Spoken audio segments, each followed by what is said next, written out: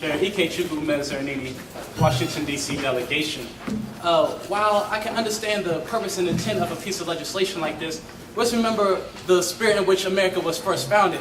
You see, we weren't founded to have nobilities. We weren't founded for anyone to simply receive their keep. We were founded so people could earn their keep. While there's nothing wrong with obtaining wealth, we must look at your generation coming after you, ask the question, why aren't they also earning their wealth? It is one thing to be rich by your own hands, but rich because of your last name is a story that shouldn't be an American story.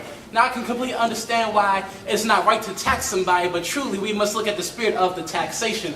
While it's one thing to simply say, well, that person's being taxed and it's not right to be taxed, if that taxation comes in the spirit of maintaining what it means to be an American, then we have to stand for it. Thank you. Mr. Chair, in response to what a past delegate has said, maybe it isn't what America is founded on that you should be rich because of your parents' last name. But if you've become accustomed to living a certain lifestyle and your parent has passed away, you have every right to what your parent has worked for. You have every right to be able to continue living the lifestyle that you've used.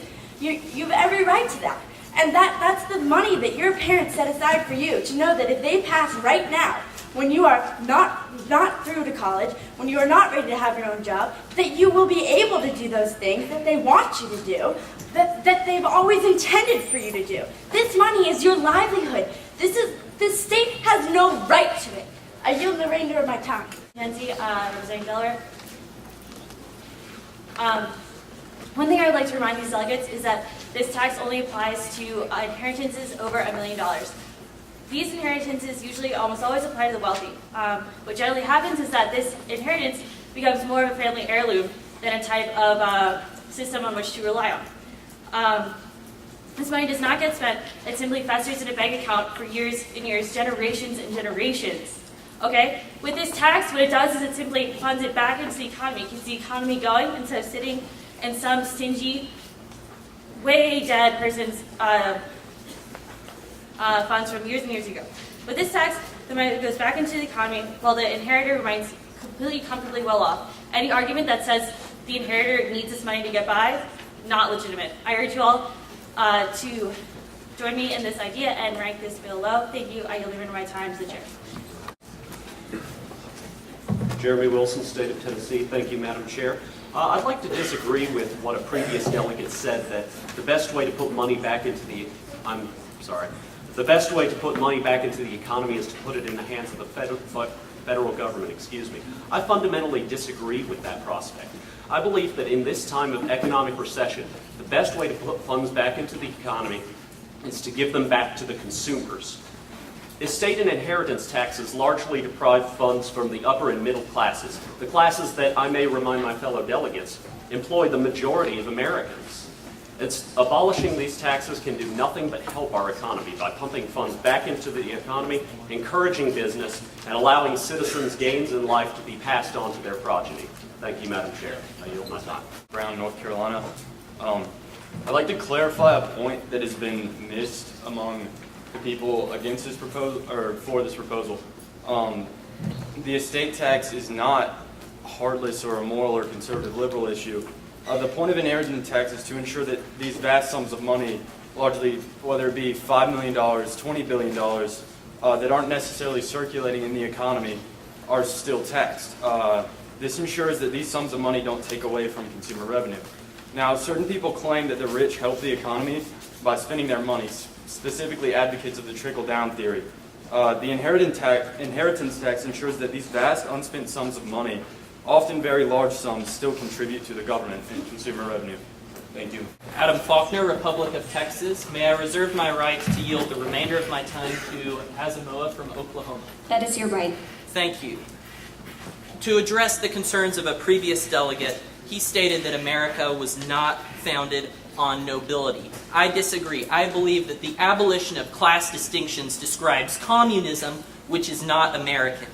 Karl Marx advocated the abolition of inheritance in his Communist Manifesto. Second, inheritance tax is completely ineffective.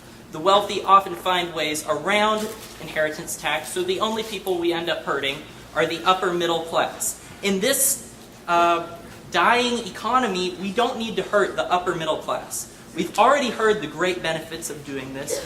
We should rejuvenate our economy now by abolishing this tax. Thank you. I yield to Azamo from Oklahoma. You have 1 minute. Azamo, delegation of Oklahoma. Thank you, Madam Chair.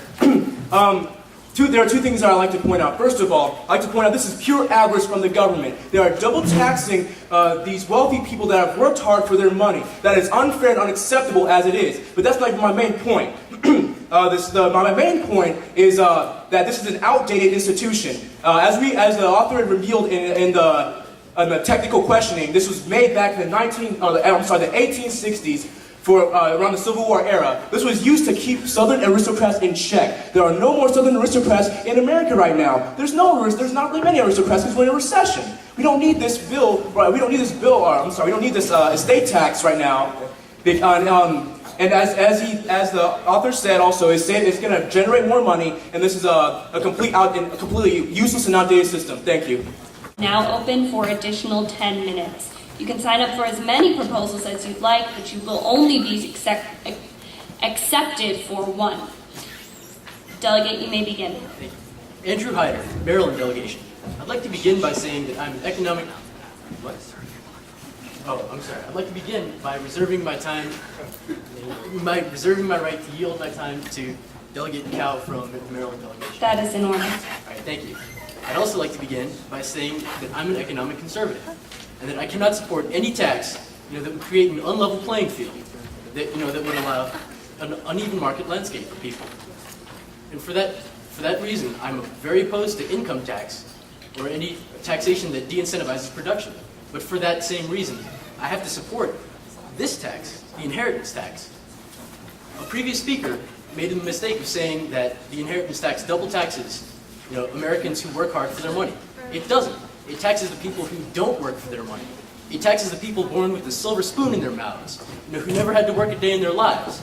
We have dynasties in this country, people who inherit a fortune and as a result, never have to work a day, while hardworking Americans like you and me and many of the other people in this chamber have to work for what they get. We earn our place in this life in America. That's what America is all about. A previous speaker, compared the inheritance tax to something that would happen under communism. This wouldn't get rid of class distinctions. This would just get rid of aristocracy, class distinctions handed down from father to son, like we had in monarchy before we left England. But this would make a meritocracy. People earning their keep, people earning their place in life. And with that, I yield the remainder of my time to Delegate Cow. Ben Cal, Maryland delegation. Fellow delegates, I would just like to ask you, what is one of the fundamental principles that America is founded upon? I believe that one of the fundamental principles is that we have the equality of opportunity. Each person is born with an equal opportunity to succeed. I'm sorry, delegate, your time has elapsed.